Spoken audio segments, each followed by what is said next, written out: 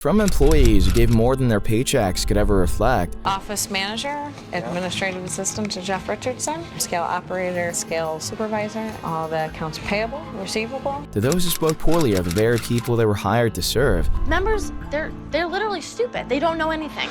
They don't know how to use a machine, so they're over here looking like doing the machine.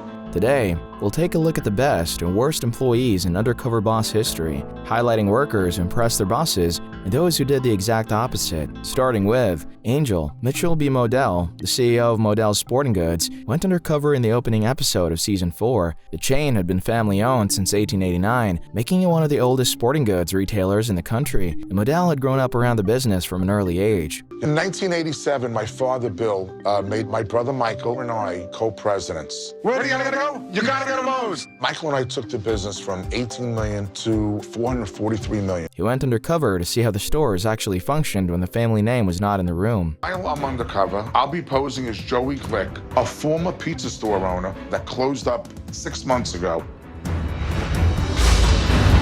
While undercover, he found Angel, a sales associate, working the floor, helping customers and keeping pace with the day-to-day grind of retail. First impression of Angel is I'm blown away. The understanding how important customer service is, and it's great to see a CEO of things that I totally believe in is being filtered down at store level. He is in each transaction by saying, thank you for shopping with us, okay? What Modell did not know when he started working alongside her was what she went home to every night. When I turned 25, I ended up being pregnant. And I was a manager at a restaurant. And then I got too far along, I couldn't work there anymore. And ever since then, it's just like times have been really, really rough.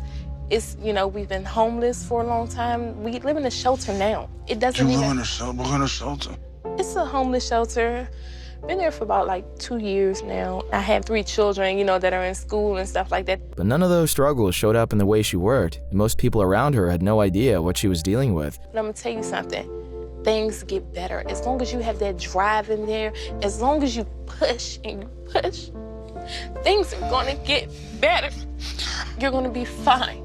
And what Modell had just learned clearly hit him hard and made him question how someone in her situation had gone unnoticed. It literally broke my heart. I'm the one who decides how much our associates are paid. And to think that one of our associates is homeless makes me sick. When Modell revealed himself, he stepped in to help Angel in ways she never could have anticipated. You're the kind of leaders that we want in our company. And that's why I'm promoting you to assistant manager. What? Oh my goodness, I'm sorry. I can't believe this. We're giving you a $14,000 raise. What? But the promotion and raise were only part of what Modell had planned for Angel, as he still had one more incredible surprise to reveal. I think about that homeless shelter where you go home every night since I left you. It kills me to see that you're still there. So I have a check for you. Because I want you to move out of there immediately, like tonight. What? No, you cannot be serious. I'm serious. And so I have on me a check for $250,000. Oh my God. No, no. The CBS follow-up special, Epic Employees, aired later and confirmed what had happened after the reveal. Angel had moved out of the shelter and was living in her own home. Many viewers praised Modell's decision to help Angel, with one commenter saying, "Wow, this really had me in tears, especially when he took that woman out of a homeless shelter and into a new home. Wow. Just wow, what a blessing." And another stated, "What a great man. He's changed a lot of lives. I teared up myself when he gave that $250,000 check. Way to go." Jacqueline. Angel held her life together in private and showed up every day without asking for recognition. Meanwhile, the next employee in this list quietly carried a workload that would have tested most people, all while dealing with a difficult medical history. Season 1, Episode 1 of Undercover Boss featured waste management, one of the largest trash and recycling operations in North America, with 45,000 employees and a $13 billion business. During the episode, the man sent undercover was Larry O'Donnell, the company's president and chief operating officer, disguised as a new hire named Randy Lawrence. While I'm undercover, I'll be posing as Randy Lawrence, a construction worker who's being followed by a TV crew. People will think I'm shooting a small TV show about trying out entry-level jobs at Waste Management. One of his stops during the week was the High Acres landfill in Fairport, New York, where he was assigned to learn scale operations, the process of weighing the trucks coming in and out of the facility. His supervisor for the day was an administrative assistant named Jacqueline. Within the first hour of working alongside her, O'Donnell started to realize something was wrong with the system around her. Her official title was administrative assistant, but her actual daily workload was something else entirely. What is your job title? Well, I have a couple job titles actually. Office manager, administrative assistant to Jeff Richardson, scale operator, scale supervisor, all the accounts payable, receivable, payroll. And the downside of it all was that she was doing the work of 4 people while being paid for 1. I mean, I make the same amount of money for admin, you know, and now doing dual roles or triple roles or quadruple roles, I don't even know how many. You know, I stayed at the same amount. And Jacqueline explained what she was dealing with outside of work, and it added a whole new layer to the story. I've experienced a lot of health problems in my life. By the time I was 21, I had a total hysterectomy. Wow. Battled 5 forms of cancer before I was 25. Are you serious? That's serious. Beyond the responsibilities she carried at work, she was also dealing with personal challenges behind the scenes. We moved in about 5 years ago. Yeah. But with, you know, the house got reassessed and the taxes just went through the moon. It's currently up for sale, but you know, ideally, I'd love to stay in this home. It was my dream home. The reveal became one of the most emotional moments of the show's first season. After learning about Jacqueline's situation, O'Donnell promoted her and rewarded her with additional bonuses, recognizing the dedication she had shown despite the challenges she faced. You're doing several people's jobs right now. You don't complain about it, you just get the job done. So we're gonna put you on a salary. We're gonna take you off hourly. We're going to make you a supervisor. You're going to become bonus eligible, and that's going to result in a pretty nice pay increase for you. I don't know what to say.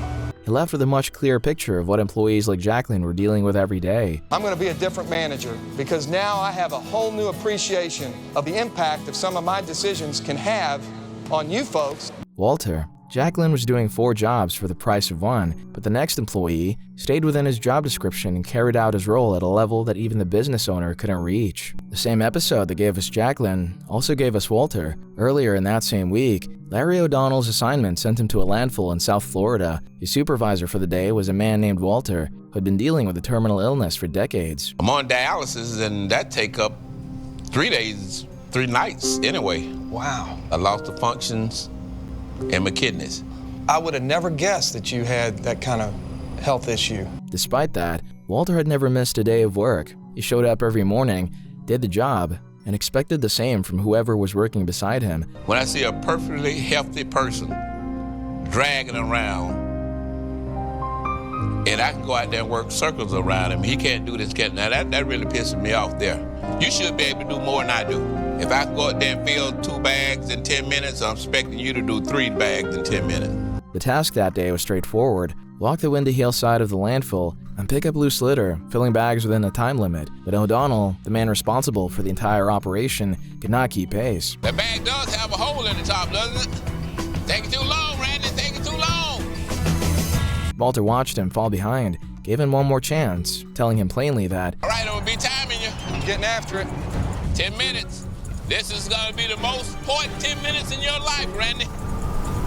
and when O'Donnell still came up short, 3 minutes, Randy. Yes, sir. Oh, you ain't got close to having the whole bag yet, Randy. Oh, no, Randy, you went and lost all your paper. Walter fired him. Nice working with you. I'm glad you came to Waste Management to try it out, but you just don't have it. He fired him because the job came with expectations, and O'Donnell later admitted Walter was right to hold him to them. I felt miserable out there in that wind, knowing I was not getting the job done. Walter is the only person that's ever fired me in my whole career. At the reveal, O'Donnell offered Walter an incredible opportunity that caught Walter completely by surprise. I'd like to create a program here where you can get some paid time off to try to help some of these folks going through treatment because you figured out a way to live this way. You're a motivational kind of guy. Thank you. It means a lot. Walter became one of the most talked about employees in the show's run because he was the one who had the nerve to fire his own boss, Marcus Chandler. While Walter earned attention through his actions, the next employee on this list caught his boss's attention because of a surprising story that had remained hidden from everyone around him. Philly Pretzel Factory is an East Coast soft pretzel franchise founded by Dan DiZio, who went undercover in Season 3 to check on his growing chain of locations. He visited the Broomall, Pennsylvania franchise, where one of his assistant managers and lead bakers was a man named Marcus Chandler. Every morning, Chandler arrived at the building long before most of his co-workers. A bit early for you? A little bit. This what time you start every day? Every day, man. We get here at 4:30. Okay. And DeZio worked alongside him undercover. He saw an employee whose skills came from years of hands-on experience. But what really stood out was that Chandler's motivation had little to do with promotions or recognition. Got some make big some college. money. Got a lot of college to pay for, man.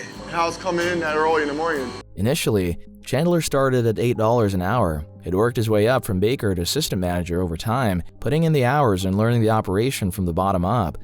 How many hours a week do you work here? 60. 60. 60. Every week. Every week.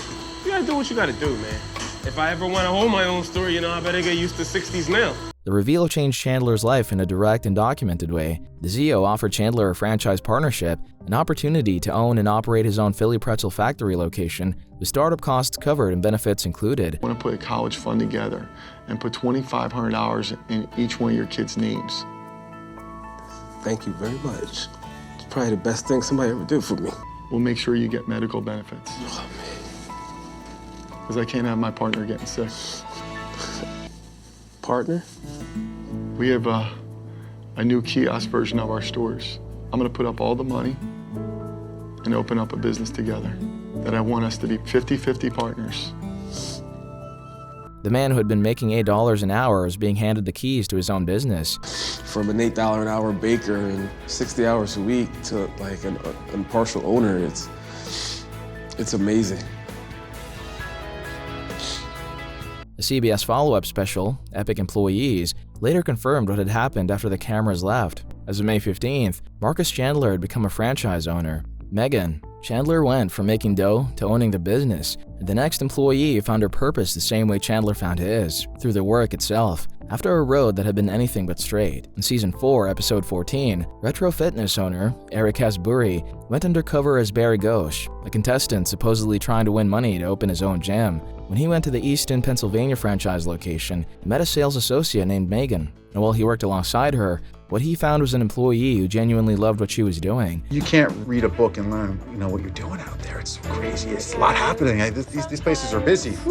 I know, but it can be done. And seriously, I am forever grateful that I have this job here because It's awesome. I don't mean to cry. It's just like But then Eric found out about Megan's backstory, which wasn't easy. my father decided he didn't want anything to do with me. So I met this guy and decided to be a little rebel. And I'm living with him. And he became abusive.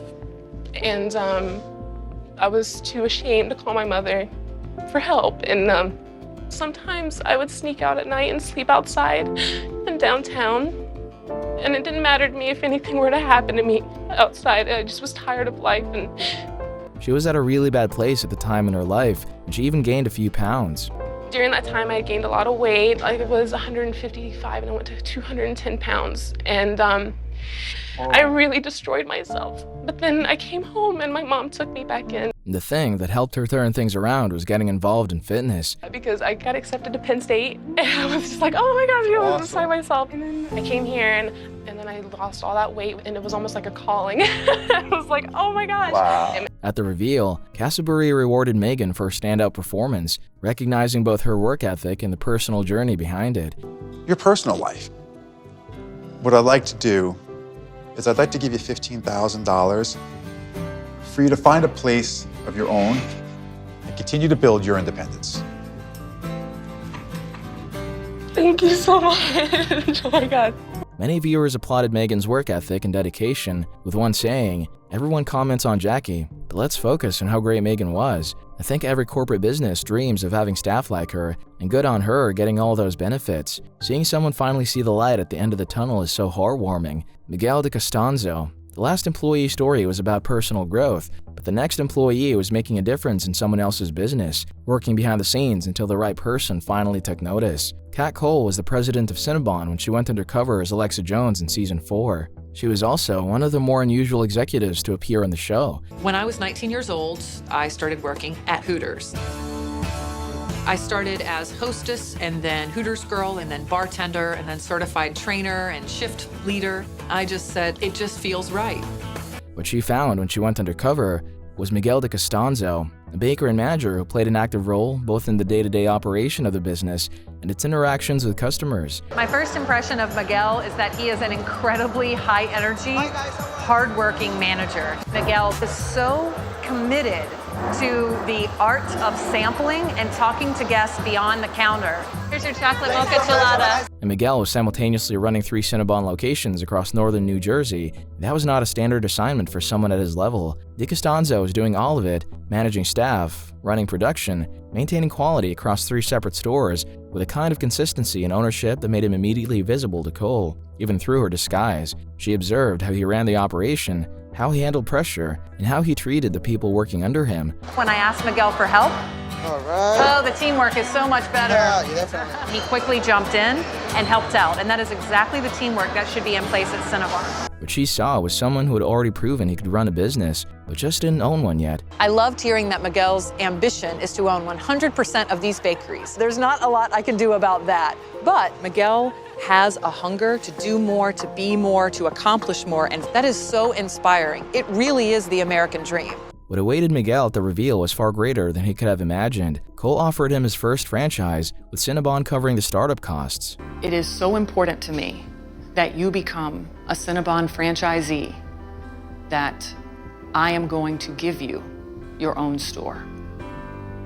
He later confirmed in a published interview with Entrepreneur magazine that he had owned the franchise since December 2013. He also credited much of his success to the guidance and support he received from the Cinnabon team and Kat Cole, whose advice helped him grow the business and invest in both its future and its people. Many viewers believe the partnership was well-deserved, with one commenter stating, "That was great. Miguel is such a champion. 1 in 500,000 to find staff like him. She made the right move. Excellent." Phil. From a manager making a difference behind the scenes, we moved to an employee whose dedication would soon be put in the spotlight. Mike White became chairman, president, and CEO of DirecTV in January 2010, just 9 months before the episode aired. He came from the packaged foods world, 20 years at Pepsi, a stint at Avon, and openly acknowledged he had a great deal to learn about the satellite television industry. Well, I didn't start in the TV business. I started in management consulting at PepsiCo.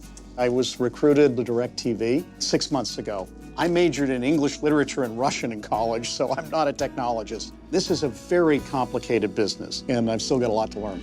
He went undercover in October 2010 as Tom Peters, a job candidate being filmed for a training program. His first held assignment sent him to Alabama, where he was paired with a field service technician named Phil. Phil's job was to go to customers' homes, install DirecTV equipment, troubleshoot problems, and make sure people left the interaction satisfied. Early in the day, Mike noticed something about Phil that immediately stood out. Oh, you got a GPS? You got a GPS? Yeah. It's good to have them in your truck. So the company provides that? No, this is one that you'll have to buy yourself because they're not going to supply GPS. Okay. Phil had purchased his own GPS unit for his work truck. That wasn't a cheap accessory. While they were working, Mike noticed that Phil was a huge problem solver and would go to any length to make sure customers were satisfied. Who else work in this area? Hey, you got an HD receiver? Phil is incredibly customer sensitive. He wants to solve the problem, and he's not going to let go until he gets that problem fixed. Let me check and see if he got one. Over the course of the day, Phil told White, whom he knew only as a trainee with a camera crew, that he had gone through a serious battle with drug addiction. Yeah? My mom and dad got divorced when I was 6 years old, so my dad was around. First time I get with my friends, they offered me some beer, they offered me some reefer. Went from smoking reefer to snorting cocaine, and then turned into a crackhead that lived on the street for a year and a half. In his spare time, he was running a youth ministry for troubled teenagers in his community, trying to give kids an exit from the same kind of path he had walked. Tom, ever since then, I'm a youth pastor, so it's a good thing, to be there for kids, because a lot of kids goes through life and don't have a father. Yep. I let them know I'm proud of them, I love them. At the reveal, White gave Phil and all the techs Jeeps and also donated to his youth ministry. So there are a couple things I want to do. Yes, sir. First of all, we're going to make sure that all the techs have a navigation system provided by the company. Thank you, sir. And that's your ministering to troubled youth. And I so admire what you do there. I'm writing you a check personally for $5,000 to support your ministry to helping kids in need. Phil accepted the news with a quiet sense of gratitude and appreciation. I just read a scripture yesterday on the plane that the character, that how you carry yourself, you will one day sit among kings. And here you are, the CEO of the company. I'm sitting among you today. No, I'm the one sitting among kings. Thank you, sir. So far, the employees we've covered left a lasting impression for all the right reasons. The next group, however, would leave their bosses wishing they had never shown up. And first on the list is Jacqueline Colucci. The retro fitness episode that introduced us to Megan also featured one of the worst employees ever seen on Undercover Boss. In Season 4, Episode 14, CEO Eric Casaburi went in disguised as Barry Ghosh, a game show contestant hoping to win money to open his own gym. They visited 3 franchise locations. At one of them, the Fair Lawn, New Jersey location, he was assigned to train under the front desk manager, whose name was Jacqueline Colucci. It didn't take long before Casaburi started noticing behavior that raised some concerns. So I just kind of sit here, say my heys, how are you, walk around, do some of that. Right. You know, but most of the time I'm kind of just like this. Here, all right, someone walks in, hey, how you doing? Jacqueline spent significant portions of her shift on her iPhone, and when Casaburi, staying in character, asked her about it, she explained why she felt this was acceptable. Like this, taking pictures of myself. You can run your gym the way you want it to run. Right. You can have your employees not take out their phone and take selfies all day, but that's what I like to do. I don't know. Her explanation was one thing, but some of the comments she made afterward made an even worse impression. Be obnoxious. I'm not a slave. I don't work for you. I don't know what to do with some people. I just want to punch them in the face sometimes. Oh, I did that. Members, they're literally stupid. They don't know anything. They don't know how to use a machine, so they're over here looking like doing the machine. And then they come up here and they're like, well, what does protein do? Dude. She had also, without authorization, changed the recipe for the company's health shake to one she personally preferred. On the menu, 1 pump. I always put 2.5. We're not supposed to, but it tastes better, honestly. When Barry addressed some of her behavior, the conversation quickly turned hostile. You're so condescending and rude to me, I really can't stand it. Oh, I would never be. Just wait, baby. Just wait. She even told Casaburi at one point to stop talking when he was relating to customers. I'm gonna make you the best shake in the world right now. Just do it, because you're taking way too long. It has to be fast-paced. I want you to stop talking. Seriously. Just when it seemed like Jacqueline's behavior had reached its limit, she did something that left the entire room looking on in disbelief. Hey, your payment. Huh? Your payment's overdue. I know, I'm gonna pay it tomorrow. No, you have to pay today. Hello, no, listen. How many times do I have to tell you? Don't with me, dude. Casaburi became so frustrated with the situation that he later admitted he nearly broke character. For the sake of the job, I don't want to blow my cover, but the retro fitness CEO inside of me really wants to fix this right now. He later told Club Solutions magazine, "I told the producers, you have to get me out of here. I was so close to blowing the whole thing." The reveal gave Jacqueline a clearer picture of the situation, yet her response remained consistent with everything Barry had witnessed before. The members, they treat us like crap, or they say this, or... It tells you a lot about me as a person, because you're completely wrong about that. Told me about you as an employee. I don't know you as a person. You don't know me as exactly. I don't want to know me you as a person. Oh, okay, well, you know what? That's unfortunate for you. You're not my employee. Because the location was a franchise and not a corporate-owned store, Casaburi could not terminate her himself, so he brought in the franchise owner, Bob, to handle that. Because you're my franchisee and Jacqueline's direct boss. What I witnessed there was nothing shy of scary. In fact, I left the job early. I had to get the hell out of there. I said, I gotta call Bob. I can't believe there's someone on this staff that's doing this at this club. With Bob finally in the room, the reality of what she had done began to sink in. Using language behind the desk. And do you ever see that? Do you ever see me do that? No, because I don't do that. You did it in front of the CEO But I of the didn't company. know it was him, obviously. I wouldn't have done that. I wouldn't have acted that way. That makes it worse. At least, that was how it should have gone. But somehow, Jacqueline continued to carry herself with the same attitude that had gotten her into trouble in the first place. Seriously, no, this needs to be, like, talked about without, like, the CEO of the company right in front of my face staring at me. I would never have an employee like that behind my counter. You know that. By that point, Bob had more than enough information to make a decision, and he acted quickly. I can't have you behind a counter like this. I'm disappointed, Jack. You have to part ways. There's nothing else I could do. When the episode finally aired, Jacqueline's conduct didn't sit well with the viewers either, with one commenter saying, "If I knew he was the CEO, I never would have acted that way," meaning you would gladly treat anyone who doesn't have authority like dirt, which you did. Her ego is so inflated that her self-awareness is non-existent. "I'm a good person," then proceeds to act like a terrible one. I read narcissist. Ronnie. Jacqueline did little to conceal her contempt for the customers she was supposed to be serving. The next employee was just as outspoken, and he shared his views with someone he had no idea was in a position to act on them. Sarah Biddorf was the chief brand officer of Boston Market when she went undercover in season 4, posing as a waitress named Rachel Rand, who was supposedly being filmed for a reality show about opening her own diner. "I've spent so much time in the field, they're going to recognize me right away. You have a great advantage. They're not going to know who you are, and you're going to get down to the issues working alongside of them." Okay. She was sent by the company's CEO to check in a Boston Market location in Dulles, Georgia, and her shift supervisor for the day was a man named Ronnie. Here to see Ronnie. I'm Ronnie. Hi, Rachel. Nice to meet you. So we're going to be working together today, yeah? Yes. On your competition. You excited? Yeah, a little nervous. It's okay, don't worry about it. You have a great teacher.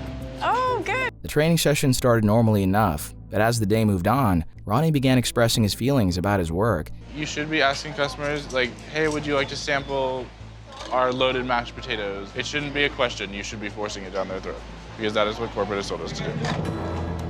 We don't ask questions, we just work like robots.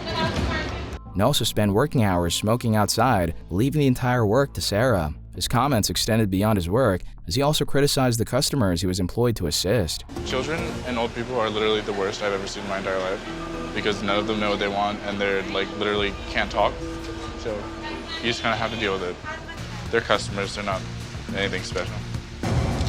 I fell in love with the people of Boston Market, not the customers or the corporation.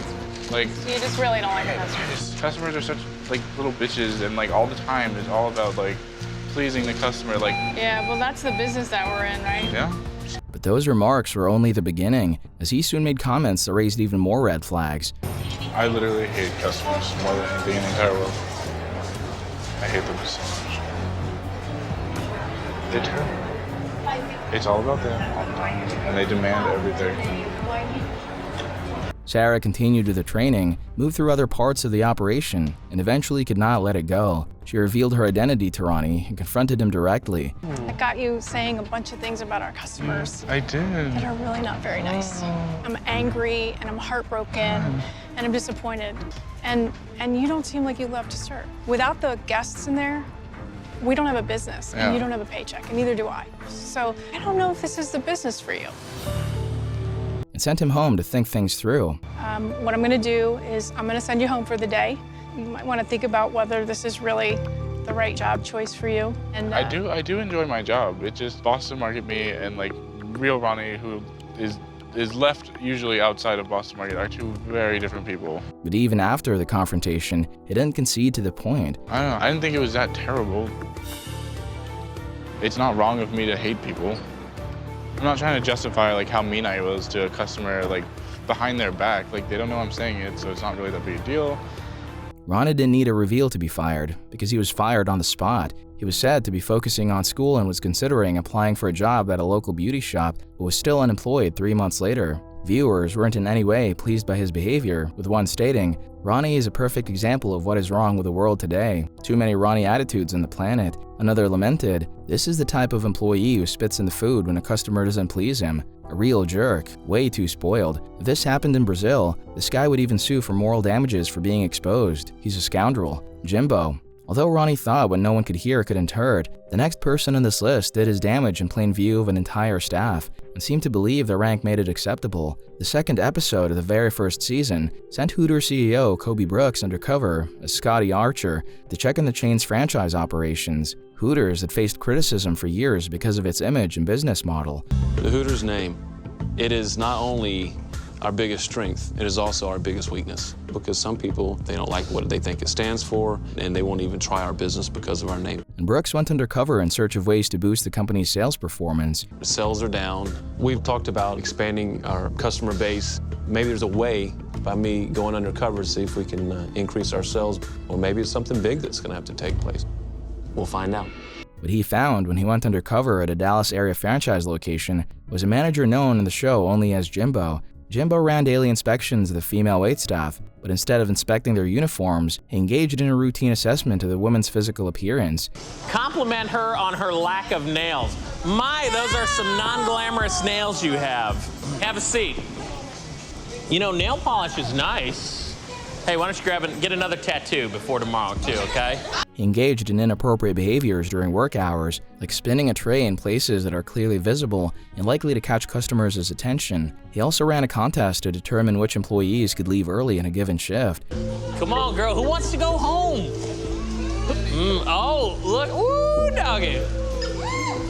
Brianna, how are they, baby? Oh, they look tasty. Who doesn't want to spend the rest of the afternoon with me? Whoever finished first got to go home, while the others stayed. Brooks was visibly put off by his behavior and chose not to engage in it. The things I saw today were inappropriate. They were wrong. I don't want any part of it. Come on, get them up. But the issue was, Brooks couldn't fire Jimbo because that Hooters location was a franchise, so he had to go through the franchise owner. You've got a manager there in the Dallas market that the way he approached and interacted with the girls is just really not acceptable behavior. I think it is a serious matter. I think it needs some immediate action. During the reveal, Brooks chose a different response than what is typically expected from CEOs in similar situations. There's lines that you don't cross.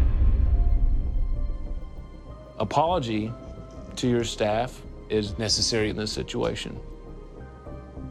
You do that for me when you go back? But Jimbo had an explanation he believed would be enough to make sense of his actions. If I'm too competitive and if I'm too harsh, man, it works. Shame on me if it's a bad thing of being uber competitive. However, Brooks's words made Jimbo realize just how improper his conduct had been. He said, these are my two daughters, and I wouldn't feel comfortable with them working for you. And I took a step back, and okay, I get it. CBS News reported that, according to the show, Jimbo was reprimanded and has since adopted a more politically correct management style. Whether that outcome was genuine, lasting, or monitored was not documented in any publicly available follow-up. Meanwhile, viewers were disappointed with how Brooks handled the situation, with one saying, "The fact that you didn't break cover, then fire Jimbo, indicates you are weak and a coward. He needed to be fired, but you watched the humiliation." And another remarked, "It's unbelievable that he didn't fire the branch manager that would never set foot in one of his stores." Stevens, Jimbo's behavior had become routine and largely unchallenged until the cameras arrived, but the next employee stood out for something far more extreme than standard inspections. Rick Silva was the CEO of Checkers and Rallies when he went undercover in Season 3, using the name Alex Garcia and the backstory of a failed pharmacy owner competing to win a fast food franchise. He was a 20-year veteran of the fast food industry, so he went in knowing what a well-run location looked like. But what he found at a franchise in Homestead, Florida was not it. How long did it take you to get the hang of it? Me, it didn't take me too long because I kind of sort of trained myself. I was surprised that Todd wasn't properly trained. That position is absolutely critical, so I'm a little worried. The general manager at that location was a man named Stevens, and it didn't take long before Silva started noticing serious problems with the way he managed people. Sir. No problem, sir. I have something down now. Am I slowing you down? Am I get you in trouble? No. Okay. We do a lot of yelling. Okay. That's our way of communicating. He threatened employees and told them that if they did not work harder, he would beat them up. I heard again. How many hours do you have right now? So if you go on overtime, I can take you outside and beat you up, right? One employee told Silva directly how being yelled at repeatedly by Stevens made him feel. Why do you keep working for Checkers? Because I do it because I need to help my mom. How does it make you feel? Like I'm worthless. Silva immediately pulled Stevens aside to question what he was seeing. Why would I want to work for you with the way you talk to people inside there? The first hour that you talk to me that way, I would leave. I wouldn't even leave my name tag in I would walk out the door and never come back. And Stevens explained his management philosophy without hesitation. You do what you gotta do to get them to listen to you. You run them, they don't run you. I came into this company just like you. Wanted to be nice, low tone. It doesn't work. If I don't scream at them, they don't listen to me. He then challenged Silva's right to question him at all, asking what his credentials were and whether he had ever worked in the fast food business. Have you been in the fast food business before? No, I haven't. Maybe that's my problem. Have you been in the restaurant business at all? I've studied the restaurant business. No, not studied. Have you any experience in the restaurant business? Those questions just made Silva blow his cover. And I've been in the fast food business for over 20 years. I'm CEO for this company. I know exactly what it takes to run a restaurant like this. And guess what? I know the right way to do it, and I know the wrong way to do it. And what I saw here today is completely the wrong way to do it. He told Stevens exactly who he was and shut the restaurant down on the spot. Right now, you're not doing the job to our standard, and so you don't belong in that restaurant. Right here, right now, we're going to shut the restaurant down. Rather than taking responsibility for his actions, he tried to shift some of the blame onto the company. Honestly, no.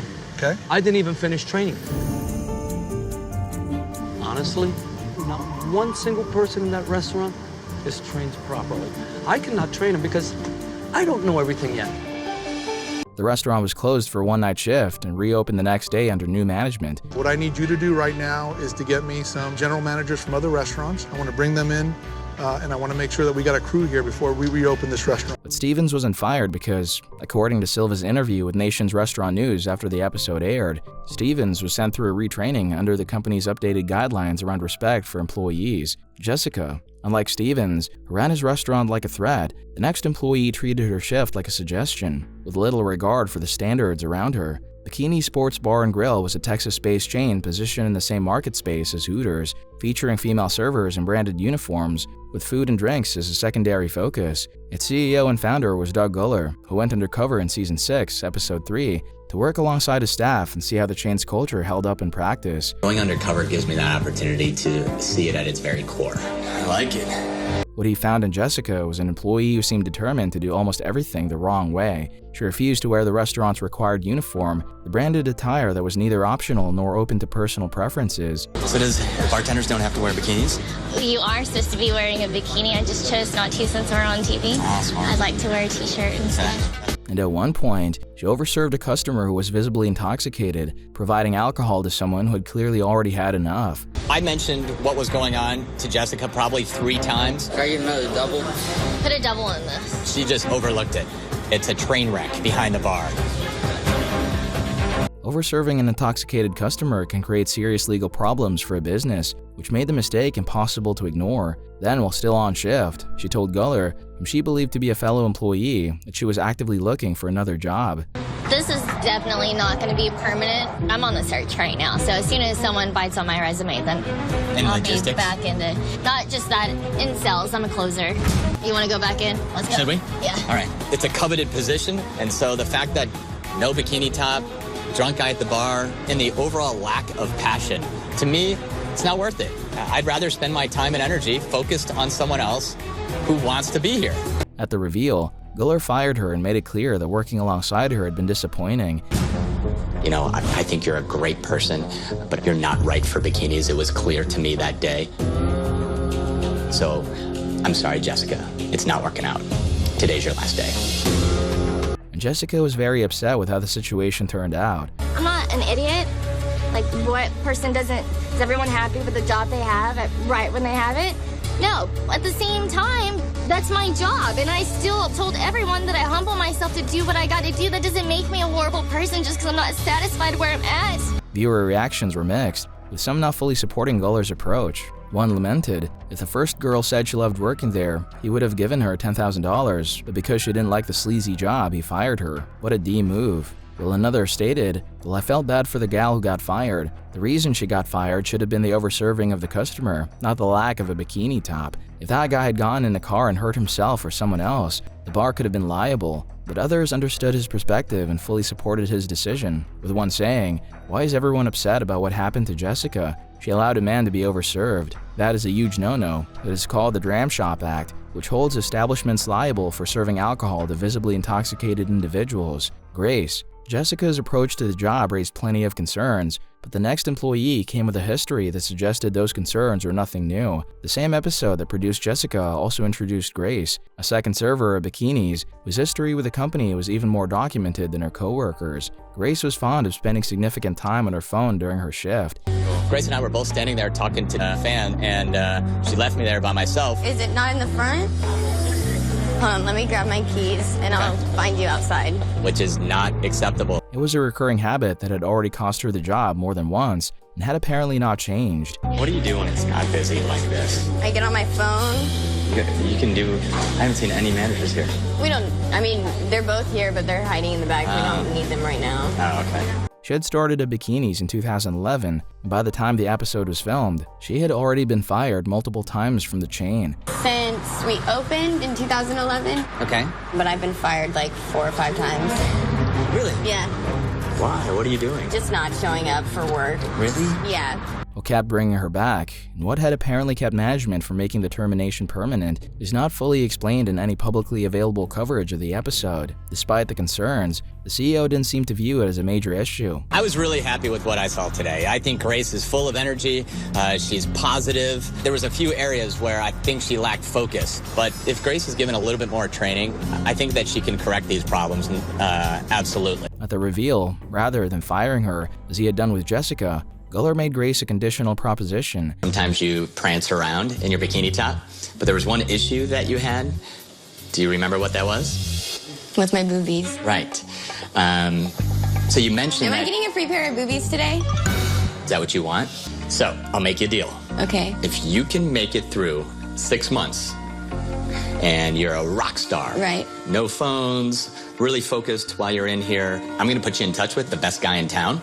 The offer was met with immediate criticism. Many viewers and commentators felt that rewarding a female employee with cosmetic surgery was a major departure from the types of rewards and opportunities usually given on the show. A commenter even stated, "The word is shitty boss, LMAO. I've never seen a more selfish CEO than this one on the show ever. Absolutely disgusting. Basically, selling women's bodies to get paid, and he's not able to give something back. Effing selfish bastard. But it's okay. Sooner or later he will go down. There is no way he can sustain this the way he manages this." Erin, for all the trouble she caused, Grace still managed to return after being fired, but the final employee in this list had no such history, and he was about to test his luck in a very different way. Donato's Pizza is an Ohio-based chain founded in 1963. By the time of the Season 5 episode, it was operating under the leadership of Jane Grott Abel, the company's owner and chairman of the board. His family had run the business for decades. Abel went undercover as a woman named Kathy Cooper, who was supposedly competing to open her own restaurant, and one of the employees she was assigned to work alongside was a delivery driver named Erin. Kathy's hot. Kathy's good looking. I like her septum piercing. I like the tats, the glasses, the black hair. So she's got it going on. At first, working with him was seamless, and he explained everything that needed to be done properly. All right, so come up and watch what I do. Okay. You gotta run up here. You gotta run, huh? Get it up the steps. You want to address the customer by their name. Tell them the total. Jane was really impressed by his services. Aaron's a perfect picture of what a delivery driver is. He is fast, he's nonstop, the perfect delivery driver. But Aaron got a little too comfortable. During their time together, Aaron told Kathy, the woman he believed to be a fellow reality show participant, that he used drugs in the job. A lot of people smoke pot, and they will invite me to come in for a little bit, and if I'm not very busy and I don't need to be super focused really, then I'll kind of indulge. You do not. His remark revealed an attitude Abel wasn't expecting, and it quickly became clear that she was disappointed by what she was hearing. I can't think of another time I've been this disappointed. When you see so much hope and potential in someone, it feels like betrayal. Aaron's delivery routine involved driving a vehicle on public roads to customers' homes, a job in which being impaired poses a safety liability with real consequences for other people on the road. The Rotten Tomatoes episode listing for the installment describes the episode as the one where Abel discovers that pizza isn't the only thing getting baked at one store. When the reveal finally came around, Abel fired Aaron as a delivery driver. You're upset with me? I'm very upset. I can't believe you would, in your Donato's uniform, ever make a decision to do something that's illegal. But you know I have to let you go as a delivery driver. Really? Then proceeded to make a deal with him. If you can take a drug test in 30 days, okay, you can come back and work in the kitchen. Wow. Would really appreciate that. All right. What happened next remains a mystery. No public follow-up was ever released, leaving Aaron's decision whether he ever returned to the kitchen unknown.